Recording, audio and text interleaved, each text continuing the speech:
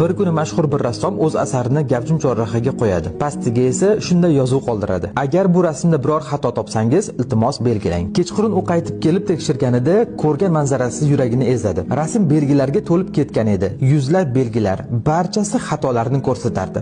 Rassom jimgina rasmni olib uyiga qaytadi. U butunlay tushkunlikka tushadi, ruhan eziladi va rasm chizishni to'xtatadi. Oylar o'tdi, u o'z iste'dodiga bo'lgan ishonchini butunlay yo'qotdi. Bir kuni onasi uning yoniga kelib dedi: "Kel, boshqacha qilib ko'raylik." U davom etdi: "Yangi rasmni o'sha joyga qo'y, lekin bu safar yozuvni o'zgartir." Ertasi tongda u shunday qildi. Chorrahaga yangi rasm qo'ydi. Pastidagi yozuv esa shunday edi: "Agar bu rasmda xato topsangiz, iltimos uni to'g'rilang." Keyin u ketdi.